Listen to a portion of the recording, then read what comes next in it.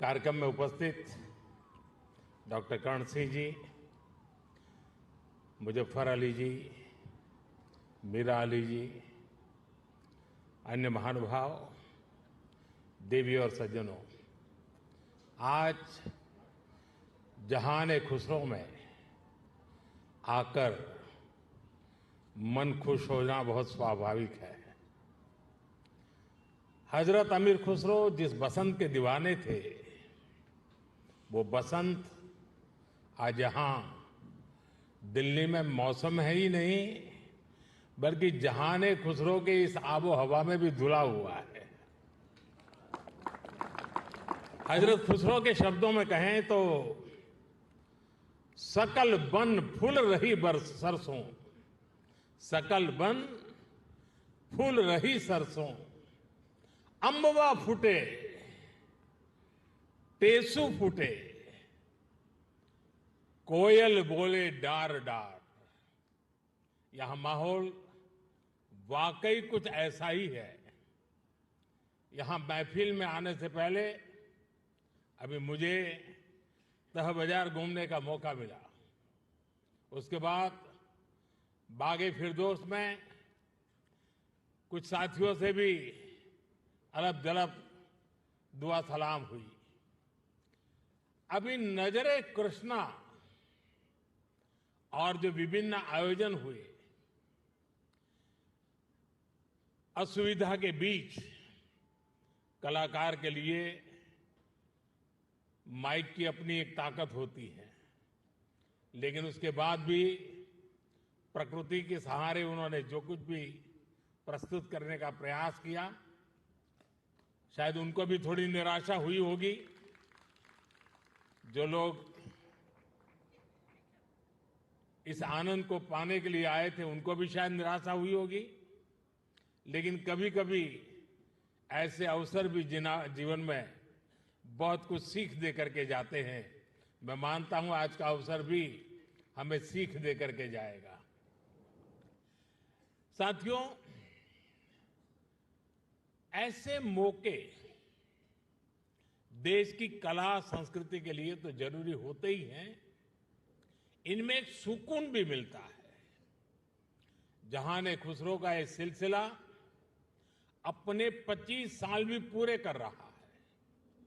इन 25 वर्षों में इस आयोजन का लोगों के जहन में जगह बना लेना, ये अपने आप में इसकी सबसे बड़ी कामयाबी है। मैं डॉक्टर कर्ण सिंह जी, मित्र मुजफ्फर अली जी, बहन मीरा अली जी और अन्य सहयोगियों को इसके लिए बहुत बहुत बधाई देता हूं। जहान खुसरो का ये गुलदस्ता इसी तरह खिलता रहे, मैं इसके लिए रूमी फाउंडेशन को और आप सभी को बहुत बहुत शुभकामनाएं देता हूं। रमजान का मुबारक महीना भी शुरू होने वाला है। मैं आप सभी को और सभी देशवासियों को रमजान की भी मुबारकबाद देता हूं। आज मैं सुंदर नर्सरी आया हूं तो हिज हाइनेस प्रिंस करीम आगा खान को भी याद आना मुझे बहुत स्वाभाविक है। सुंदर नर्सरी को सजाने संवारने में उनका जो योगदान है, वो लाखों कला प्रेमियों के लिए वरदान बन गया है। साथियों, गुजरात में सूफी परंपरा का बड़ा सेंटर सरखेज रोजा रहा है। वक्त के थपेड़ों में एक समय उसकी हालत काफी खराब हो गई थी। जब मैं मुख्यमंत्री था, तब उसके रिस्टोरेशन पर काफी काम करवाया गया था। और बहुत कम लोगों को मालूम होगा, एक जमाना था जहां सरखेज रोजा में बड़ी धूमधाम के साथ कृष्णोत्सव मनाया जाता था और बहुत बड़ी मात्रा में मनाया जाता था। और आज भी यहां कृष्ण भक्ति के रंग में हम सब रंग गए थे। मैं सरखेज रोजा में होने वाले सालाना सूफी संगीत कार्यक्रम में शिरकत भी अवसरन किया करता था। सूफी संगीत एक ऐसी साझी विरासत है जिसको हम सब मिलजुल कर जीते आए हैं। हम सब ऐसे ही बड़े हुए हैं। अभी यहां नजरे कृष्णा की जो प्रस्तुति हुई उसमें भी हमारी साझी विरासत की झलक दिखाई देती है। साथियों, जहान खुसरो के इस आयोजन में एक अलग खुशबू है। ये खुशबू हिंदुस्तान की मिट्टी की है। वो हिंदुस्तान जिसकी तुलना हजरत अमीर खुसरो ने जन्नत से की थी। हमारा हिंदुस्तान जन्नत का वो बगीचा है जहां तहजीब का हर रंग फला फूला है। यहां की मिट्टी के मिजाज में ही कुछ खास है। शायद इसलिए जब सूफी परंपरा हिंदुस्तान आई तो उसे भी लगा जैसे वो अपनी ही जमी से जुड़ गई हो। यहां बाबा फरीद की रूहानी बातों ने दिलों को सुकून दिया। हजरत निजामुद्दीन की महफिलों ने मोहब्बत के दिए जलाए।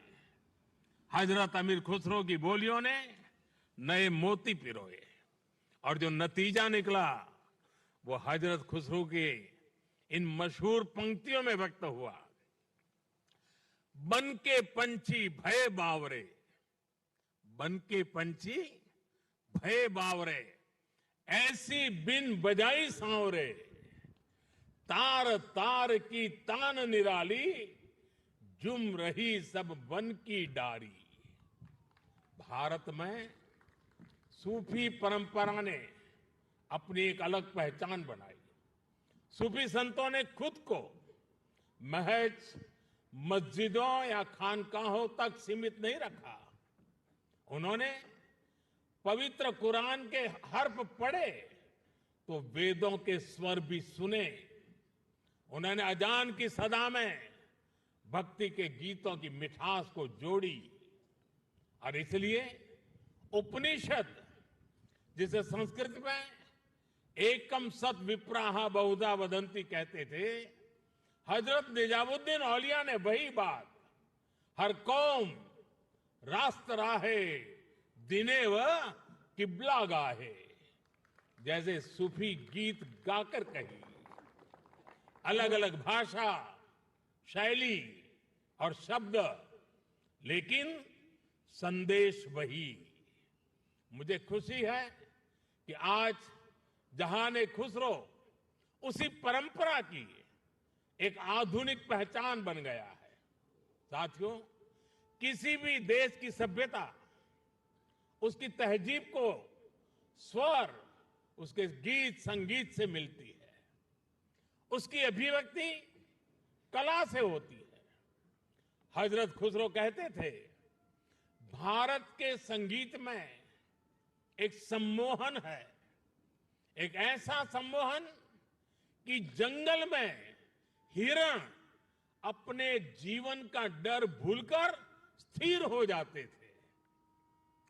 भारतीय संगीत के इस समंदर में सूफी संगीत एक अलग रौ के तौर पर आकर मिला था और इस समंदर की खूबसूरत लहर बन गया। जब सूफी संगीत और शास्त्रीय संगीत की वो प्राचीन धाराएं एक दूसरे से जुड़ी तो हमें प्रेम और भक्ति की नई कल कल सुनने को मिली। यही हमें हजरत खुसरो की कव्वाली में मिली। यही हमें बाबा फरीद के दोहे मिले, बुल्ले शाह के स्वर मिले, मीर के गीत मिले। यहां हमें कबीर भी मिले, रहीम भी मिले और रसखान भी मिले। इन संतों और औलियों ने भक्ति को एक नया आयाम दिया। आप चाहे सूरदास को पढ़ें या रहीम और रसखान को, या फिर आप आंख बंद करके हजरत खुसरो को सुने। जब आप गहराई में उतरते हैं तो उसी एक जगह पहुंचते हैं। ये जगह है आध्यात्मिक प्रेम की वो ऊंचाई जहां इंसानी बंदी से टूट जाती है और इंसान और ईश्वर का मिलन महसूस होता है। आप देखिए, हमारे रसखान मुस्लिम थे, लेकिन वो हरिभक्त थे। रसखान भी कहते हैं, प्रेम हरि को रूप है, त्यों हरि प्रेम स्वरूप। एक होई दुवैयो लसई, जो सूरज और धूप। यानी प्रेम और हरि दोनों वैसे ही एक ही रूप है जैसे सूरज और धूप। और यही एहसास तो हजरत खुसरो को भी हुआ था। उन्होंने लिखा था, खुसरो दरिया प्रेम का सो उल्टी वाकी धार, जो उतरा सो डूब गया, जो डूबा सो पार। यानी प्रेम में डूबने से ही भेद की बाधाएं पार होती है। यहां अभी जो भव्य प्रस्तुति हुई, उसमें भी हमने यही महसूस किया है। साथियों, सूफी परंपरा ने न केवल इंसान की रूहानी दूरियों को खत्म किया, बल्कि दुनियावी दूरियों को भी कम किया है। मुझे याद है, साल 2015 में जब मैं अफगानिस्तान की पार्लियामेंट गया था, तो वहां मैंने बड़े भाव भरे शब्दों में रूमी को याद किया था। 8 शताब्दी पहले रूमी वहां के ही बल्ख प्रांत में पैदा हुए थे। मैं रूमी के लिखे का हिंदी एक तर्जुमा जरूर यहां दोहराना चाहूंगा, क्योंकि ये शब्द आज भी उतने ही प्रासंगिक है। रूमी ने कहा था, शब्दों को ऊंचाई दे, आवाज को नहीं। शब्दों को ऊंचाई दे, आवाज को नहीं। क्योंकि फूल बारिश में पैदा होते हैं, तूफान में नहीं। उनकी एक और बात मुझे याद आती है। मैं थोड़ा देशज शब्दों में कहूं तो उसका अर्थ है, मैं ना पूरब का हूं ना पश्चिम का, ना मैं समंदर से निकला हूं और ना मैं जमीन से आया हूं। मेरी जगह कोई है ही नहीं। मैं किसी जगह का नहीं हूं, यानी मैं सब जगह हूं। ये विचार, ये दर्शन वसुधैव कुटुंबकम की हमारी भावना से अलग नहीं है। जब मैं दुनिया के विभिन्न देशों में भारत का प्रतिनिधित्व करता हूं, तो इन विचारों से मुझे ताकत मिलती है। मुझे याद है, जब मैं ईरान गया था, तो ज्वाइंट प्रेस कॉन्फ्रेंस के समय मैंने वहां मिर्जा गालिब का एक शेर पढ़ा था, जनुनत गर्बे नफ्से खुद तमाम अस्त, जे काशी पाबे काशान निम गाम अस्त। यानी जब हम जागते हैं तो हमें काशी और काशान की दूरी केवल आधा कदम ही दिखती है। वाकई आज की दुनिया के लिए, जहां युद्ध मानवता का इतना बड़ा नुकसान कर रहा है, वहां ये संदेश कितने काम आ सकता है। साथियों, हजरत अमीर खुसरो को तुतिए हिंद कहा जाता है। भारत की तारीफ में, भारत से प्रेम में उन्होंने जो गीत गाए हैं, हिंदुस्तान की महानता और मनमोहकता का जो वर्णन किया है, वो उनकी किताब नू सिफर में देखने को मिलता है। हजरत खुसरो ने भारत को उस दौर की दुनिया के तमाम बड़े देशों से महान बताया। उन्होंने संस्कृत को दुनिया की सबसे बेहतरीन भाषा बताया। वो भारत के मनीषियों को बड़े बड़े विद्वानों से भी बड़ा मानते हैं। भारत में शून्य का, गणित और विज्ञान और दर्शन का ये ज्ञान कैसे बाकी दुनिया तक पहुंचा, कैसे भारत का गणित अरब पहुंचकर वहां पर जाकर के हिंदसा के नाम से जाना गया। हजरत खुसरो न केवल अपनी किताबों में इसका जिक्र करते हैं, बल्कि उस पर गर्व भी करते हैं।